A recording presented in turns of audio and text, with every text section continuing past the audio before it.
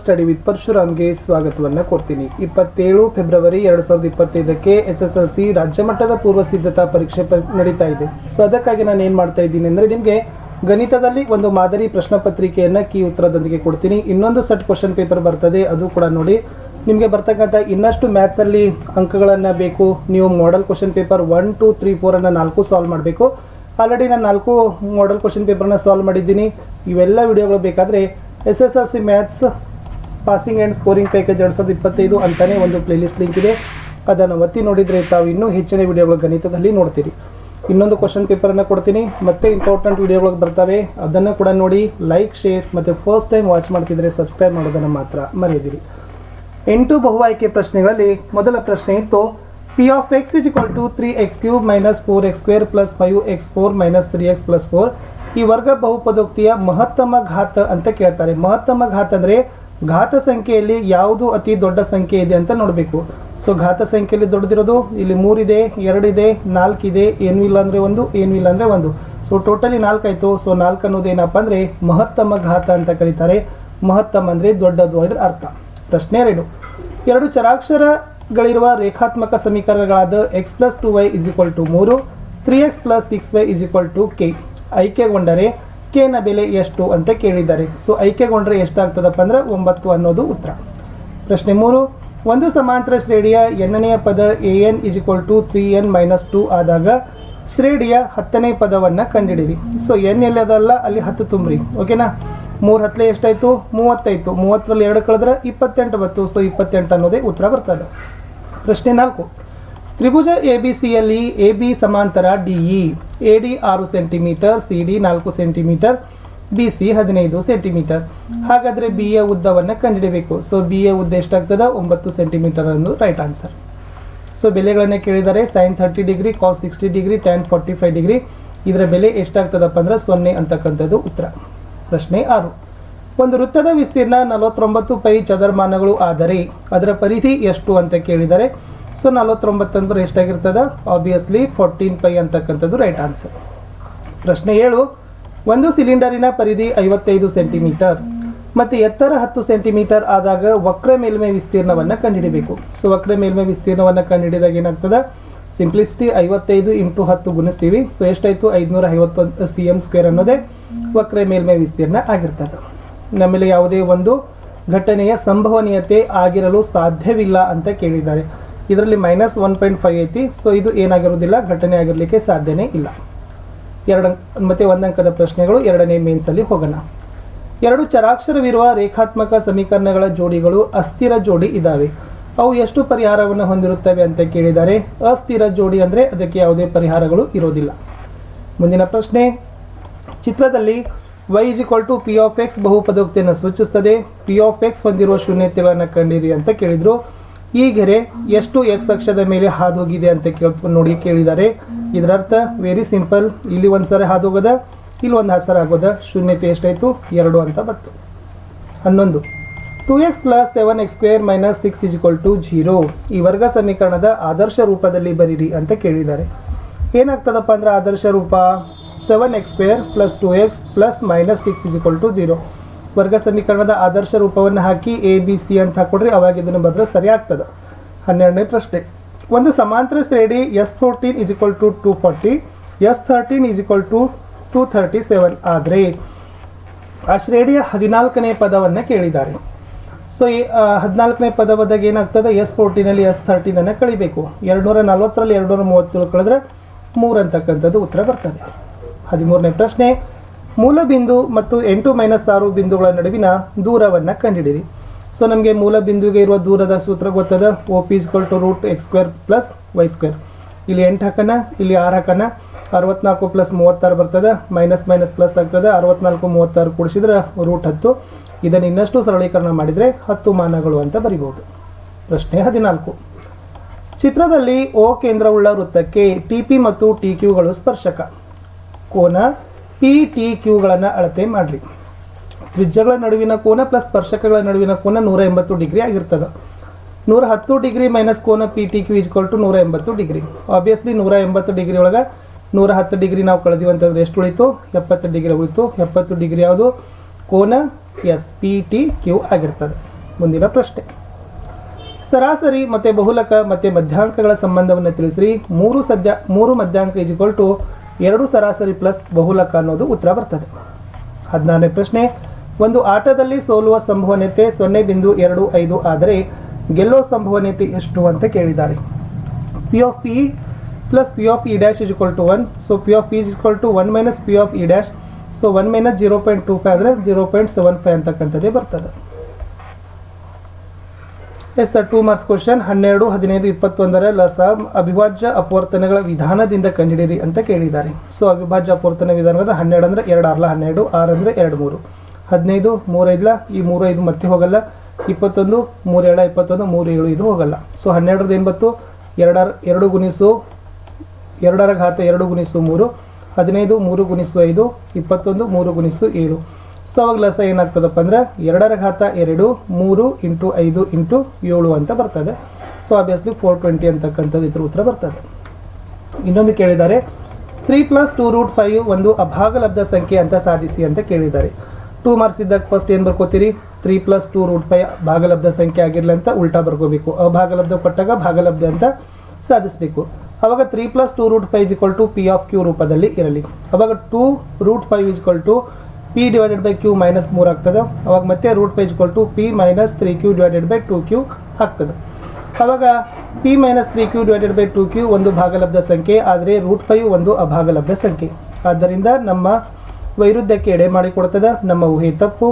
So 3 + 2√5 ಒಂದು ಅಭಾಗಲಬ್ಧ ಸಂಖ್ಯೆನೇ ಇದೆ. ಮುಂದಿನ ಪ್ರಶ್ನೆ, 3x + 4y = 10, 2x - 2y = 2.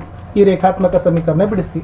So ಬರ್ಕೊಳ್ಳೋಣ. First 3x + 4y = 10 ಆಗಿರಲಿ, 2x - 2y - 2 ಆಗಿರಲಿ. ಇದು 1ನೇ ಸಮೀಕರಣ, ಇದು 2ನೇ ಸಮೀಕರಣ. ಆವಾಗ ಏನಾಗ್ತದಪ್ಪ ಅಂದರೆ ಚಿಹ್ನೆಗಳನ್ನ ಬದಲಾಯಿಸ್ಕೊಡ್ರಿ. ಸೊ ಚಿಹ್ನೆ ಬದಲಾಯಿಸಿದಾಗ ಫಸ್ಟ್ ಇದನ್ನು ಗುಣಿಸ್ಕೊಳ್ಬೇಕು. ಇದನ್ನು 2ರಿಂದ ಗುಣಿಸಿದ್ದಾರೆ, ಇದನ್ನು 3ರಿಂದ ಗುಣಿಸಿದ್ದಾರೆ. ಓಕೆನಾ?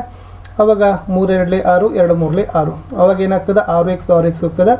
ಟೋಟಲ್ 8 6 ಕೂಡಿಸಿ 14y, 20ರಲ್ಲಿ 6 ಕಳೆದ್ರೆ 14. ವೈ ಬೆಲೆ ಎಷ್ಟಾಗ್ತದೆ, 14/14 ಅಂದರೆ ಒಂದೇ ಬರ್ತದೆ. ಅವಾಗ ವೈನ 1 ಅಂತಕ್ಕಂಥ ಬೆಲೆಯನ್ನು 1ನೇ ಸಮೀಕರಣದಲ್ಲಿ ಹಾಕಬೇಕು. ಓಕೆನಾ?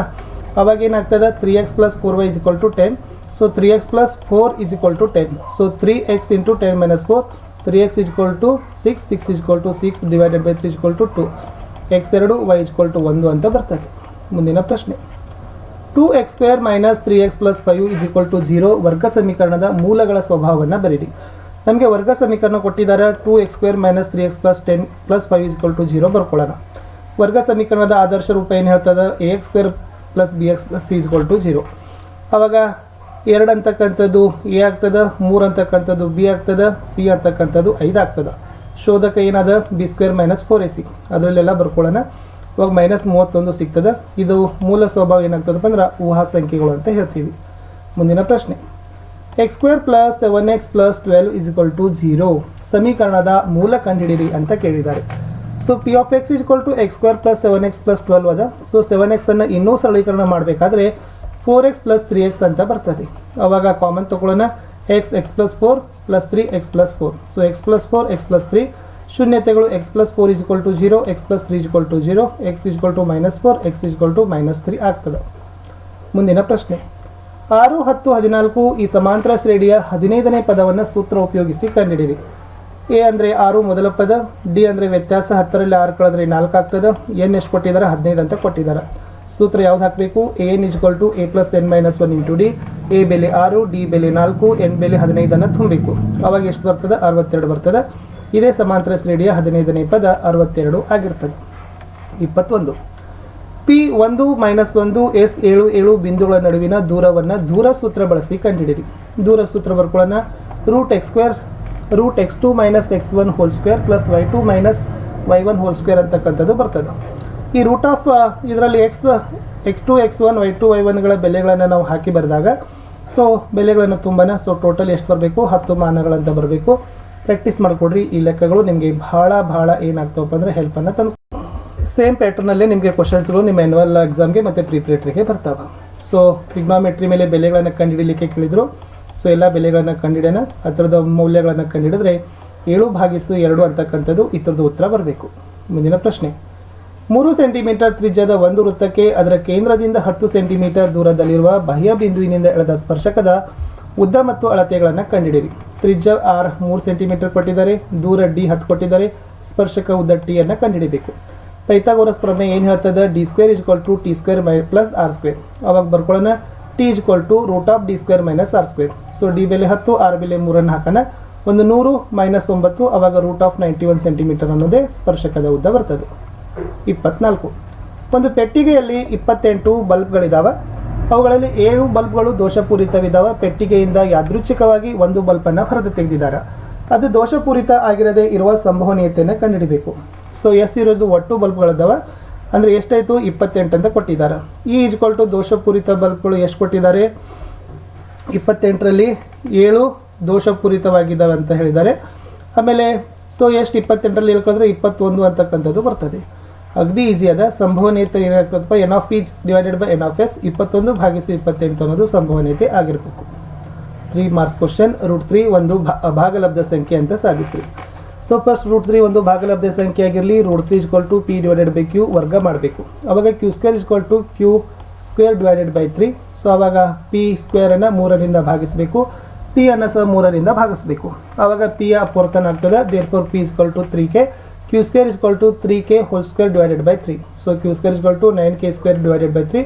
So k² = q² / 3. ಅವಾಗ ಈ q² ಅನ್ನು 3ರಿಂದ ಭಾಗಿಸಲ್ಪಡಬೇಕು, q ಅನ್ನು ಸಹ 3ರಿಂದ ಭಾಗಿಸಲ್ಪಡಬೇಕು.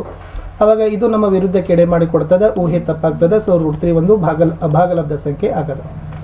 ಮುಂದೆ 306 657ರ ಮಸಾವನ್ನು ಕಂಡುಹಿಡಬೇಕು. ಮಸಾವ 306 657, 12ರ ಲಸಾವನ್ನು ಕಂಡುಹಿಡಬೇಕು. Very simple. 306 ಮತ್ತು 657 ಅತಿ ಚಿಕ್ಕ ಸಂಖ್ಯೆಯಿಂದ ಭಾಗಿಸ್ತಾ ಹೋಗಿ. ಸೊ ಏನು ಸಿಗ್ತದೆ? 306ಅನ್ನು ನಾವು ಸಮಾಂತರವಾಗಿ ಹೋದಾಗ ಅಪವರ್ತನದಲ್ಲಿ 2 × 3ರ ಘಾತ 2 × 7, 650 ಅಂದರೆ 3ರ ಘಾತ × 73. ಸೊ ಅವಾಗ 2ರ ಮಸ ಏನು ಬರಬೇಕು? 9 ಅಂತ ಬರ್ತದೆ. ಲಸ ಹೇಗೆ ಬರಿತೀರಿ? 9 ಮತ್ತು 12ರ ಲಸ 9 = 3ರ ಘಾತ, 12 = 2ರ ಘಾತ × 3. ಸೊ ಲಸ ಎಷ್ಟು ಬರಬೇಕಪ್ಪ ಅಂದರೆ 36 ಅಂತ ಬರಬೇಕು. 26. p of x = 6x² - 3 - 7x ಬಹುಪದೋಕ್ತಿಯ ಶೂನ್ಯತೆ ಕಂಡುಹಿಡಿಯಿರಿ ಹಾಗೂ ಶೂನ್ಯತೆಗಳು ಮತ್ತು ಸಹಗುಣಕಗಳ ನಡುವಿನ ಸಂಬಂಧವನ್ನು ತಾಳೆ ನೋಡ್ರಿ. ಬರ್ಕೊಳ್ಳೋಣ. 6x² - 3 - 7x ಇದೆ. ಸೊ ಇದನ್ನು -7 ಅನ್ನು ನಾವು ಏನು ಬರಿಬೋದಪ್ಪ ಅಂದರೆ ಈ ರೂಪಕ್ಕೂ ಕೂಡ ತೆಗೆದುಕೊಂಡು ಹೋಗ್ಬೋದು. +2x - 9x ಅಂತಕ್ಕಂಥದ್ದು ಬರೀಬೇಕು. ಆವಾಗ ಶೂನ್ಯತೆಗಳು ಸಿಗ್ತಾವೆ. ಸೊ ಶೂನ್ಯತೆಗಳಲ್ಲಿ ಬರ್ತಕ್ಕಂಥ ಬೆಲೆ 3/2 - 1/3. ವರ್ಗ ಬಹುಪದೋಕ್ತಿ ಬರ್ತದೆ. 6x² - 7x - 3. ಆದರ್ಶ ರೂಪ ax² + bx + c. ಅದರಲ್ಲಿ ಬೆಲೆಗಳನ್ನು ಹಾಕೋಣ. ಶೂನ್ಯತೆಗಳ ಮೊತ್ತಗಳ ತಾಳೆಗಳನ್ನು ನೋಡಬೇಕು. ಸೊ ಟೋಟಲಿ 7/6 = 7/6 ಆಗಬೇಕು. ಶೂನ್ಯತೆಗಳ ಗುಣಲಬ್ಧ -1/2 = -1/2 ಅಂತ ಬರೀಬೇಕು. 22ನೇ ಪ್ರಶ್ನೆ. ಒಂದು ಬಸ್ಸು ಬಾಗಲಕೋಟೆಯಿಂದ ತುಮಕೂರುವರೆಗೆ 360 ಕಿಲೋಮೀಟರ್ ದೂರವನ್ನು ಏಕರೂಪ ಜವದೊಂದಿಗೆ ಕ್ರಮಿಸುತ್ತದೆ. ಅದರ ಜವ 10 km/h ಹೆಚ್ಚಾದರೆ ಅಷ್ಟೇ ದೂರ ಕ್ರಮಿಸಲು ಅದು 3 ಗಂಟೆ ಕಡಿಮೆ ಕಾಲವನ್ನು ತೆಗೆದುಕೊಳ್ಳುತ್ತಿತ್ತು. ಹಾಗಾದರೆ ಬಸ್ಸಿನ ಜವ ಕಂಡುಹಿಡಿಯಿರಿ. ಇಲ್ಲಿ ಏನು ಕೇಳಿದ್ದಾರೆ? ಎಸ್ ರೈಲಿನ ಜವ ಅಲ್ಲ, ಅದು ಎಸ್ ಏನಾಗಬೇಕು? ಬಸ್ಸಿನ ಜವ ಆಗಬೇಕು. 6 km/h ದೂರ 360 ಕಿಲೋಮೀಟರ್ ಕಾಲ ದೂರ ಭಾಗಿಸು ಜವ ಅಂತ ಇದೆ. ಓಕೆನಾ? ಆವಾಗ ನಾವು ಸೂತ್ರಗಳನ್ನು ಹಾಕೋಣ. ಸೊ 360 ಕಿಲೋಮೀಟರ್ x ಜವದಲ್ಲಿ ಚಲಿಸಲು ತೆಗೆದುಕೊಂಡ ಸಮಯ -360 ಕಿಲೋಮೀಟರ್ x + 10 ಜವದಲ್ಲಿ ಚಲಿಸಲು ತೆಗೆದುಕೊಂಡ ಸಮಯ = 3 ಗಂಟೆ. ಆವಾಗ ದತ್ತಾಂಶಗಳನ್ನು ಹಾಕೋಣ. ಅವಾಗ ನಮಗೆ ಸಮೀಕರಣ ಸಿಗ್ತದೆ. ಈ ಸಮೀಕರಣದಲ್ಲಿ ನಮ್ಗೆ ಏನಾಗ್ತದಪ್ಪ ಅಂದ್ರೆ 30 ಅಂತ ಬರ್ತದೆ. ಆವಾಗ ಬಸ್ಸಿನ ಜವ ಎಷ್ಟಾಗಿರ್ತದಪ್ಪ ಅಂತಂದರೆ 30 km/h ಅಂತ ಆಗಿರ್ತದೆ. ಸೊ ಇಷ್ಟು ನೀವು ಬರಿಬೇಕಿತ್ತು. ಇನ್ನೊಂದು ಪ್ರಶ್ನೆ ಅದ. ತಾಯಿಯ ವಯಸ್ಸು ಮಗನ ವಯಸ್ಸಿನ ವರ್ಗದ 2ರಷ್ಟದ. 8 ವರ್ಷಗಳ ನಂತರ ತಾಯಿಯ ವಯಸ್ಸು ಮಗನ ವಯಸ್ಸಿನ 3ರಷ್ಟಕ್ಕಿಂತ 4 ವರ್ಷ ಹೆಚ್ಚಾಗ್ತದೆ. ಈಗಿನ ವಯಸ್ಸು ಕಂಡುಹಿಡಿಯಿರಿ. ಬರ್ಕೊಳ್ಳೋಣ. ತಾಯಿಯ ಈಗಿನ ವಯಸ್ಸು x ವರ್ಷಗಳು, ಮಗನ ಈಗಿನ ವಯಸ್ಸು y ವರ್ಷಗಳು. ಸೊ x = y 2y², ಇದು ಒಂದಾಗಿರಲಿ. 8 ವರ್ಷಗಳ ನಂತರ ತಾಯಿಯ ವಯಸ್ಸು x + 8 ವರ್ಷಗಳು, ಮಗನ ವಯಸ್ಸು y + 8 ವರ್ಷಗಳು. ಹೇಳಿಕೆ ಪ್ರಕಾರ x + 8 = 3 ಇಂದ ಬ್ರಾಕೆಟ್ y + 8 + 4 = 2. ಅವಾಗ ಸಮೀಕರಣ ಸಿಗ್ತದೆ. ಈ ಸಮೀಕರಣ 2ರಲ್ಲಿ ನಾವೇನು ಮಾಡಬೇಕು? x = 2y² ತುಂಬಬೇಕು. ಸೊ ತುಂಬಿದಾಗ ನಮ್ಗೆ ಏನಾಗ್ತದಪ್ಪ ಅಂದ್ರೆ ಸೊ ಇಷ್ಟು ಬರ್ತದೆ. ಅಂದರೆ y = 4 ಅಥವಾ y = 5/2 ಬರ್ತದೆ. ನಾವು 4 ಪರಿಗಣಿಸೋಣ. ಅವಾಗ ಮಗನ ಈಗಿನ ವಯಸ್ಸು ಎಷ್ಟಾಗ್ತದೆ, ವೈ ಅಂದರೆ 4 ವರ್ಷಗಳು ಬರ್ತದೆ. ತಾಯಿಯ ವಯಸ್ಸು ಏನು ಹೋಗ್ತದೆ, 2y² ಅದ. ಸೊ ವೈ ಬೆಲೆ 4 ಹಾಕೊಳ್ಳೋಣ.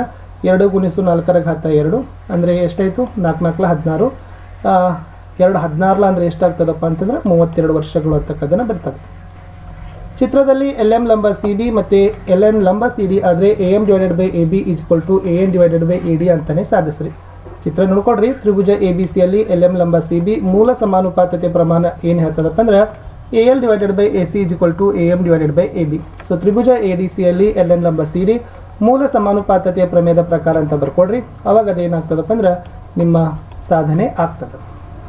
29 6 - 12 10 8 ಬಿಂದುಗಳು ಸೇರಿಸೋ ರೇಖಾಖಂಡದ ತ್ರೈಭಾಜಕ ಬಿಂದುಗಳ ನಿರ್ದೇಶಾಂಕಗಳನ್ನು ಕಂಡುಹಿಡಿಯಿರಿ ಅಂತ ಕೇಳಿದ್ದಾರೆ.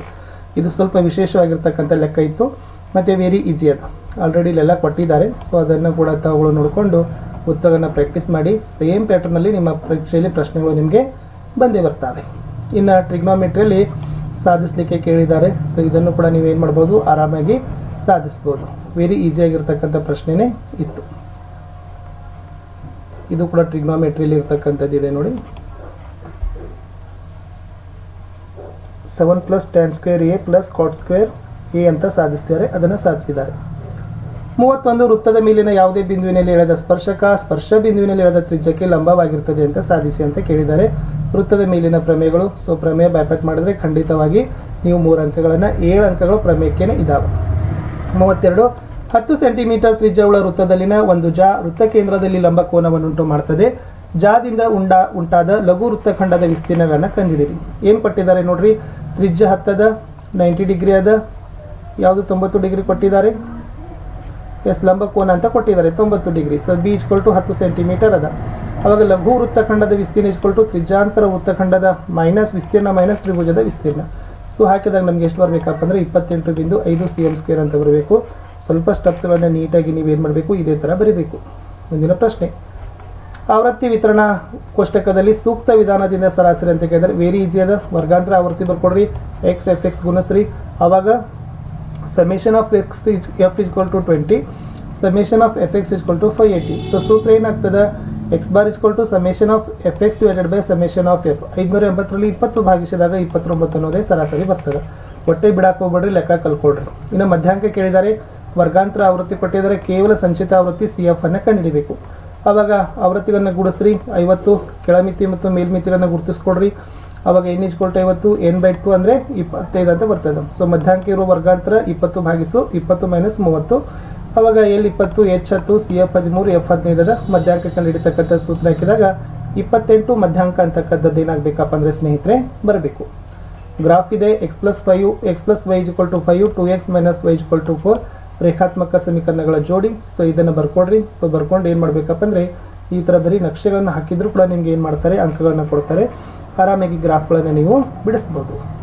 35 ಒಂದು ಸಮಾಂತರ ಶ್ರೇಣಿಯ 4 ಮತ್ತು 8ನೇ ಪದಗಳ ಮೊತ್ತ 24, 6 ಮತ್ತು 10ನೇ ಪದಗಳ ಮೊತ್ತ 44 ಆದರೆ ಆ ಶ್ರೇಣಿಯ ಮೊದಲ 3 ಪದಗಳನ್ನು ಕಂಡುಹಿಡಿಯಿರಿ. ಸೊ ಮೊದಲು A4 ಅದ. A4 + 8 24, A6 + 8 10 24 ಅದನ್ನು ಬರ್ಕೋಬೇಕು. ಇದು ಫಸ್ಟ್ ಬರ್ತದೆ, ಇದು ಸೆಕೆಂಡ್ ಬರ್ತದೆ. ಆಮೇಲೆ ಅದನ್ನು ಭಾಗಿಸಿದಾಗ 2D10 ಬರ್ತದೆ. D 5 ಆಗ್ತದೆ. ಆಮೇಲೆ D5 ಸಮೀಕರಣ 1ರಲ್ಲಿ ಹಾಕಿದಾಗ A - 13 ಸಿಗ್ತದೆ. ಆವಾಗ 3 ಪದಗಳು ಯಾಗಿರ್ತಪ್ಪ ಅಂದ್ರೆ -13 -8 ಮತ್ತು -3 ಅಂತಕ್ಕಂಥದ್ದು ಬರ್ತದೆ. ಇನ್ನೊಂದು ಲೆಕ್ಕ ಕೊಟ್ಟಿದ್ದಾರೆ. ಒಂದು ಸಮಾಂತರ ಶ್ರೇಣಿಯ 3 ಪದಗಳ ಮೊತ್ತ 24 ಮತ್ತು ಅವುಗಳ ಗುಣಲಬ್ಧ 480 ಆದರೆ ಸಮಾಂತರ ಶ್ರೇಣಿಯ 3 ಪದಗಳನ್ನು ಕಂಡುಹಿಡಿಯಿರಿ.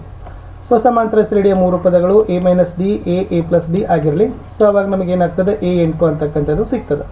ಆಮೇಲೆ ಅವಾಗ D ಅನ್ನು ಕಂಡುಹಿಡಬೇಕು. +or - 2 ಅಂತ D ಬರ್ತದೆ. ಆವಾಗ A8 D - 2 ಆದಾಗ ನಮಗೆ 10 8 6 ಸಿಗ್ತದೆ. A8 2 ಆದಾಗ 6 8 10 ಅಂತ ಸಿಗ್ತದೆ. ಅದು ಈಸಿ. ಆಮೇಲೆ ಪ್ರಮೇಯಿತು 2 ತ್ರಿಭುಜಗಳಲ್ಲಿ ಅನುರೂಪ ಕೋನಗಳು ಸಮನೆ ಆದರೆ ಅವುಗಳ ಅನುರೂಪ ಭಾವಗಳು ಸಮಾನುಪಾತದಲ್ಲಿರ್ತವೆ ಮತ್ತು ಆ ತ್ರಿಭುಜಗಳು ಸಮರೂಪ ಇರ್ತಾವೆ ಅಂತ ಸಾಧಿಸಲಿಕ್ಕೆ ಕೇಳಿದರು. ಇದು ಕೂಡ ವೆರಿ ಈಸಿಯಾಗಿ ನೀವೇನು ಮಾಡ್ಬೋದು, ದತ್ತ ಸಾಧನೆಯ ರಚನೆ ಸಾಧನೆ ಅಂತ ಹಾಕಿ ಬರಿಬೋದು. ಚೆನ್ನಾಗಿ ಇದನ್ನು ಪ್ರಾಕ್ಟೀಸ್ ಮಾಡಿಕೊಡ್ರಿ. ಸೊ ಇವೇ ಕ್ವಶನ್ಸ್ಗಳು ಸೇಮ್ ಟೈಪಲ್ಲಿ ಬರ್ತಾವೆ. ನೆಲಕ್ಕೆ ಸಮಾನಾಂತರವಾಗಿ 2500 ರೂಟ್ 3 ಮೀಟರ್ ಎತ್ತರದಲ್ಲಿ ಹಾರ್ತಕ್ಕಂಥ ವಿಮಾನ ನೆಲದ ಮೇಲಿನ ಒಂದು ಬಿಂದುವಿನಿಂದ ನೋಡಿದಾಗ ಉನ್ನತ ಕೋನ 60 ಡಿಗ್ರಿ, 25 ಸೆಕೆಂಡುಗಳ ನಂತರ ಅದನ್ನು ನೋಡಿದಾಗ ಉನ್ನತ ಕೋನ 30 ಡಿಗ್ರಿ. ಆ ವಿಮಾನದ ಜವ ಮೀಟರ್ ಪರ್ ಸೆಕೆಂಡ್ಗಳಲ್ಲಿ ಕಂಡುಹಿಡಿಯಿರಿ. ಸೊ ಡ್ರಾ ಮ್ಯಾಪ್ ಹಾಕೊಡ್ರಿ. ಆವಾಗ ನಿಮ್ಗೆ ಏನಾಗ್ತದಪ್ಪ ಅಂದ್ರೆ ಫಸ್ಟ್ ಇ ಡಿ ಕಂಡಿಡಿರಿ 7500 ಮೀಟರ್ ಅಂತ ಬರ್ತದೆ. ನೆಕ್ಸ್ಟ್ ಇ ಡಿ ಕಂಡಿಡಿದ್ರೆ 2500 ಮೀಟರ್ ಅಂತ ಬರ್ತದೆ. ಅವಾಗ ಈ 7500ರಲ್ಲಿ 2500ನ್ನ ಕಳೆದ್ರೆ ಎಷ್ಟು ಬರ್ತದೆ? 5000. ವಿಮಾನದ ದೂರ ಭಾಗಿಸುವ ಸಮಯ 5025 ಭಾಗಿಸಿದಾಗ 200 ಮೀಟರ್ ಪರ್ ಸೆಕೆಂಡ್ ಅಂತ ಉತ್ತರ ನಿಮ್ದು ತೋರಿಸ್ಬೇಕು. Last 5 marks question. ಒಂದು ಆಟಿಕೆಯನ್ನು ಸಿಲಿಂಡರಿನ ಆಕಾರದ ಒಂದು ಬದಿಗೆ ಒಂದು ಅರ್ಧಗೋಳ ಮತ್ತು ಇನ್ನೊಂದು ಬದಿಗೆ ಒಂದು ಶಂಕುವನ್ನು ಅಂಟಿಸಿ ಮಾಡಲಾಗಿದೆ. ಸಿಲಿಂಡರಿನ ಆಕಾರದ ಭಾಗದ ಉದ್ದ 20 ಸೆಂಟಿಮೀಟರ್, ಅದರ ವ್ಯಾಸ 10 ಸೆಂಟಿಮೀಟರ್ ಆಗಿದೆ. ಶಂಕುವಿನ ಭಾಗದ ಓರೆ ಎತ್ತರ 13 ಸೆಂಟಿಮೀಟರ್ ಆಗಿದ್ರೆ ಆಟಿಕೆ ಮೇಲ್ಮೈ ವಿಸ್ತೀರ್ಣವನ್ನು ಕಂಡುಹಿಡಿಯಿರಿ. ಸೊ ಆಟಿಕೆಯನ್ನು ಡ್ರಾ ಮಾಡ್ಕೋಬೇಕಾಗ್ತದೆ. ಡಿ 10 ಬರಬೇಕು, ಇಲ್ಲ ಲೆಂತ್ 13 ಅದ, ಹೈಟ್ 20 ಸೆಂಟಿಮೀಟರ್ ಅದ. ಶಂಕುವಿನ ಓರೆ ಎತ್ತರ ಏನು ಹೇಳ್ತದ? 13 ಸೆಂಟಿಮೀಟರ್, ಉದ್ದ 20 ಸೆಂಟಿಮೀಟರ್, ತ್ರಿಜ್ಯ 5 ಸೆಂಟಿಮೀಟರ್. ಆಟಿಕೆ ಮೇಲ್ಮೈ ವಿಸ್ತೀರ್ಣವನ್ನು ಕಂಡುಹಿಡಬೇಕಾದ್ರೆ ಅರ್ಧಗೋಳದ ಪಾರ್ಶ್ವ ಮೇಲ್ಮೈ ವಿಸ್ತೀರ್ಣ ಪ್ಲಸ್ ಸಿಲಿಂಡರ್ನ ಪಾರ್ಶ್ವ ಮೇಲ್ಮೈ ವಿಸ್ತೀರ್ಣ ಪ್ಲಸ್ ಶಂಕುವಿನ ಪಾರ್ಶ್ವ ಮೇಲ್ಮೈ ವಿಸ್ತೀರ್ಣ ಮೂರನ್ನು ಕೂಡ ಸಮೀಕರಣದಲ್ಲಿ ಹಾಕಬೇಕು. ಸೊ 2πr² ಅರ್ಧಗೋಳದ ಪಾರ್ಶ್ವ ಮೇಲ್ಮೈ ವಿಸ್ತೀರ್ಣ, 2πrh ಸಿಲಿಂಡರ್ನ ಪಾರ್ಶ್ವ ಮೇಲ್ಮೈ ವಿಸ್ತೀರ್ಣ, ಶಂಕುವಿನ ಪಾರ್ಶ್ವ ಮೇಲ್ಮೈ ವಿಸ್ತೀರ್ಣ πrl. ಅವಾಗ ಬೆಲೆ ಹಾಕಿದಾಗ ನಮ್ಗೆ ಏನಾಗ್ತದಪ್ಪ ಅಂದ್ರೆ 909 cm² ಅಂತಕ್ಕಂಥದ್ದು